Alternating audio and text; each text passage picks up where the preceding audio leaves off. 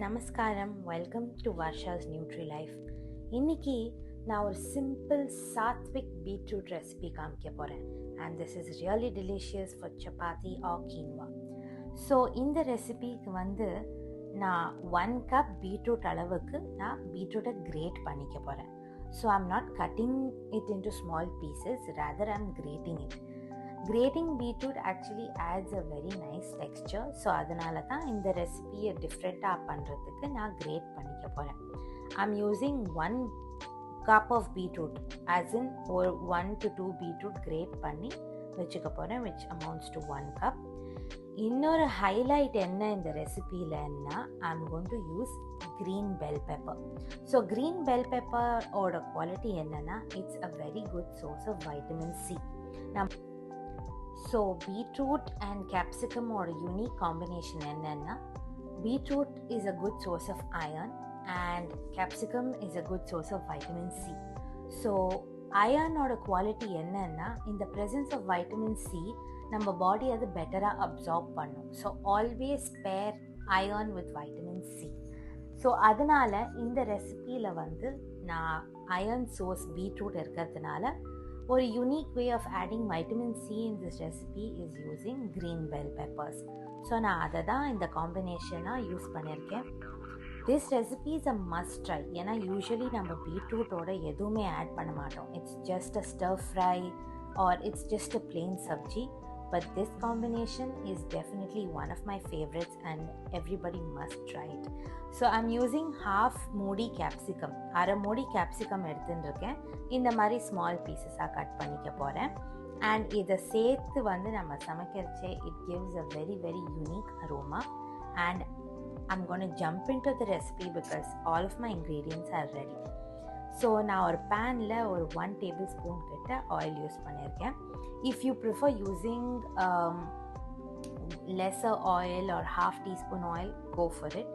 எனக்கு இந்த ரெசிபியை கொஞ்சம் சாஃப்டாக பண்ணணுங்கிறதுனால ஒரு 1 tablespoon கிட்ட நான் யூஸ் பண்ணியிருக்கேன். And I'm adding all the basic South Indian seasoning ingredients which makes this recipe so aromatic. Mustard, chana dal, jeera, கருவேப்பிலை, சில்லி, அவ்வளோதான் ஆட் பண்ண போகிறேன் ஃபார் திஸ். ஏன்னா நம்ம இந்த சிம்பிளாக பண்ண போகிறோம். I'm not gonna add any masala, எந்த காரப்பொடியோ கரம் மசாலாவோ வேறு எதுவுமே சேர்க்க போகிறதில்ல. It's just gonna be a plain yummy simple beetroot sabzi. இந்த ஸ்டேஜில் கொஞ்சமாக பெருங்காயம் சேர்த்துக்க போகிறேன், which is optional but it's really aromatic when you add பெருங்காயம். ஸோ half teaspoon கிட்ட பெருங்காயம்.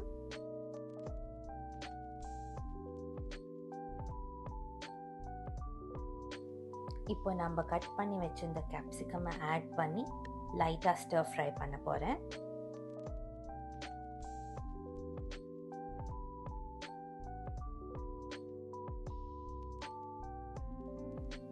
இந்த கேப்சிகம் நல்லா வதங்கின அப்புறம் ஒரு half teaspoon கிட்ட உப்பு சேர்த்துக்க போகிறேன். அண்ட் ஒன் மோர் இம்பார்ட்டண்ட் விஷயம் என்னென்னா, இந்த வெஜிடபிள்ஸ் கம்ப்ளீட்டாக ஃபுல்லாக வதங்க வேண்டாம். இது ஒரு half cooked வெஜிடபிள் சப்ஜியாக இருக்கும். half cooked வெஜிடபிள் சப்ஜி ஒரு யூனிக் ஃப்ளேவர். ஏன்னா அந்த வெஜிடபிளோட அரோமா அண்ட் க்ரன்ச் அப்படியே மெயின்டைன் ஆகும். நம்ம ஃபுல்லாக குக் பண்ணிட்டோன்னா அந்த ஃபைபர் கண்டென்ட் அண்ட் அந்த டேஸ்ட் ஆஃப் த வெஜிடபிள் கம்ப்ளீட்டாக மாறி போயிடும். So will keep it light. நான் ஒரு 2 minutes கிட்ட இந்த கேப்சிகமை வதக்கிக்க போகிறேன்.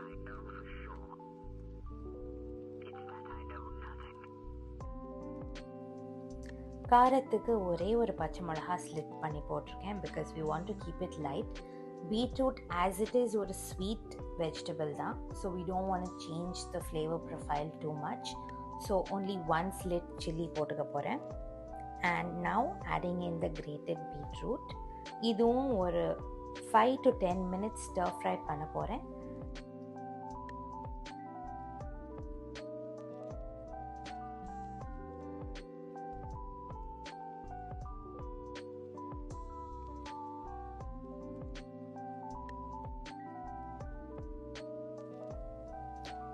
ஸோ இந்த ஸ்டேஜில் ஜஸ்ட் ஒரு half cup வாட்டர் சேர்த்துக்க போகிறேன்.